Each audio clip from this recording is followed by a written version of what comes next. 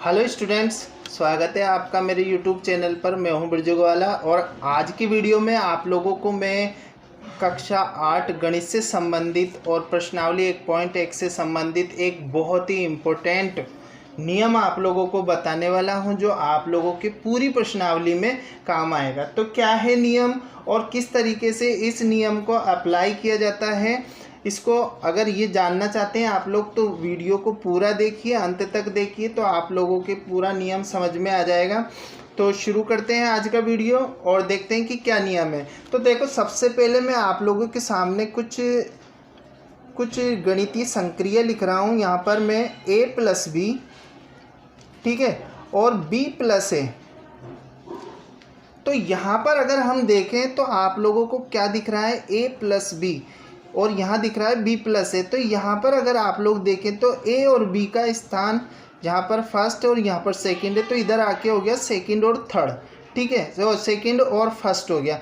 तो अगर हम इसको a से लिखें 2 + 3 करें अगर हम, तो ये कितना आएगा हमारे पास 5 आएगा, ठीक है।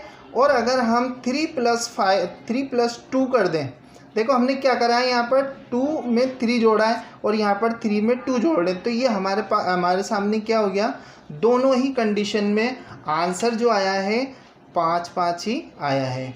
अब दूसरी चीज़ देख लेते हैं अपन, अभी विस्तार से बताऊंगा आप लोगों को, पूरा वीडियो देखिए। और अगर हम लें a - b बराबर b - a, ठीक है, तो यहाँ देखते हैं कि क्या अगर a में से b को घटाएं तो आंसर क्या आता है, और b में से a को घटाएं तो आंसर क्या आता है। तो देखो यहाँ पर अगर हम कोई a बराबर 2 रख लेते हैं और b बराबर मान लो 4 रख लेते हैं, ठीक है। अब इसका जस्ट उल्टा करेंगे, a बराबर हमने क्या रखा 2 और b बराबर रखा 4, ठीक है। तो अब यहाँ पर b हो जाएगा 4 - 2।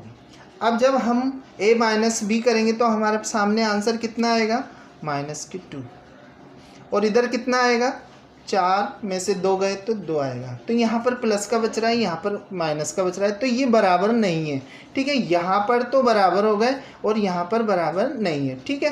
अब तीसरा नियम ले लेते हैं, गुणा का। तीसरा है, इसमें गुणा करके देखते हैं।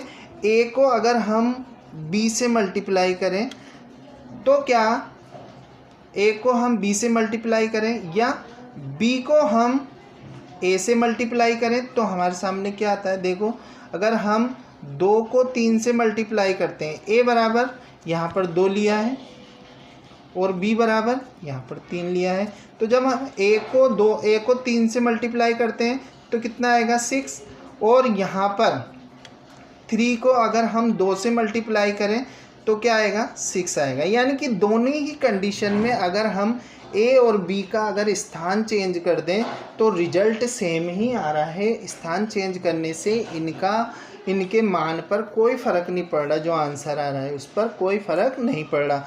अब देखते हैं चौथी स्टेप काय की है, चौथी स्टेप है भाग की।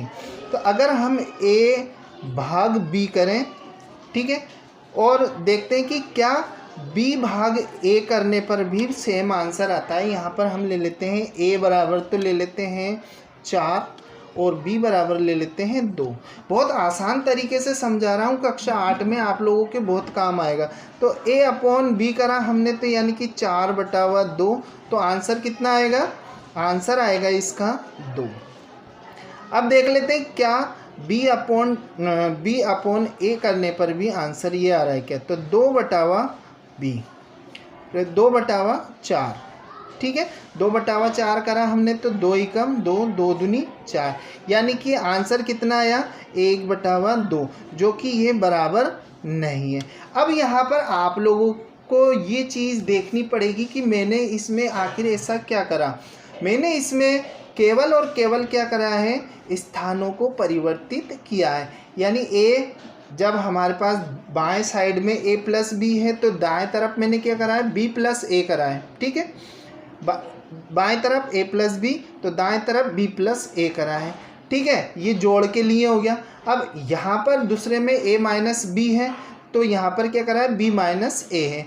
तो जब हमने जोड़ करा था तो दोनों ही कंडीशन में a + b करो या b + a करो, तो आंसर सेम आ रहा था। लेकिन जब हमने माइनस करा यानी कि ए में से बी घटाया या बी में से ए घटाया, है ना, तो उस स्थिति में आंसर सेम नहीं आया, यानी कि माइनस के लिए माइनस में ये सेम आंसर नहीं आ रहा। इसी तरीके से हमने गुणा करा, अगर ए और बी को गुणा करा, ए गुणा बी या बी गुणा ए करा तो सेम आंसर आया है, ठीक है। लेकिन अगर हम ए अपॉन बी करें और बी अपॉन ए करें तो आंसर यहाँ पर सेम नहीं आ रहा।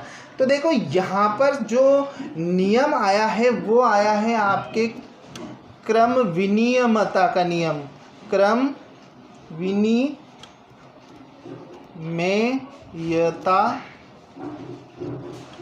का नियम। क्या बोलते हैं इस नियम को?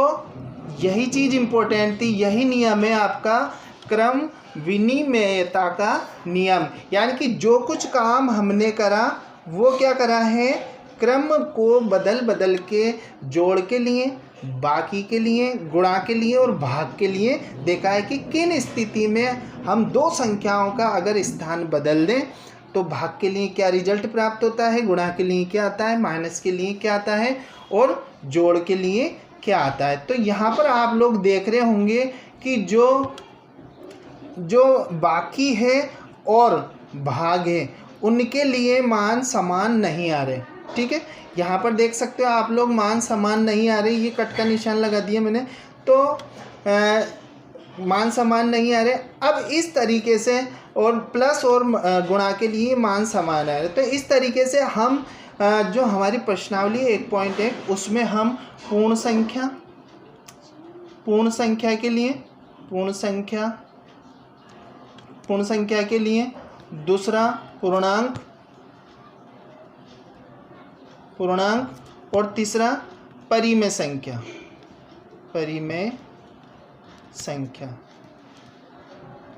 संख्याओं के लिए हम जांच करेंगे क्रम विनिमयता के नियम की कि ये जो संख्या है वो क्या वाक्य में क्रम विनिमयता का नियम प्रदर्शित करती हैं।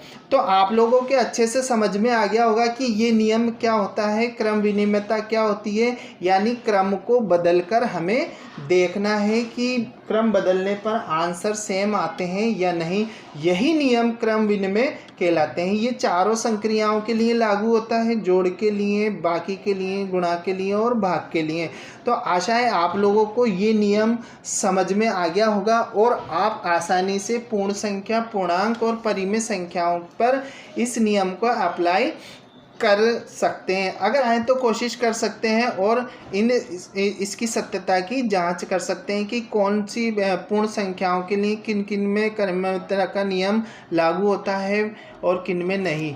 तो आज के वीडियो में इसी नियम के बारे में बताना था, बहुत इम्पोर्टेंट नियम है। आशा है आप लोगों को समझ में आ गया। मिलते हैं अगले वीडियो में, तब तक के लिए जय हिंद, जय भारत। और जिन्होंने अभी तक मेरा चैनल सब्सक्राइब नहीं किया तो सब्सक्राइब कर दें, साथ में बेल आइकन को प्रेस कर दें ताकि इस तरीके का वीडियो आप लोगों को प्राप्त होता रहे। धन्यवाद।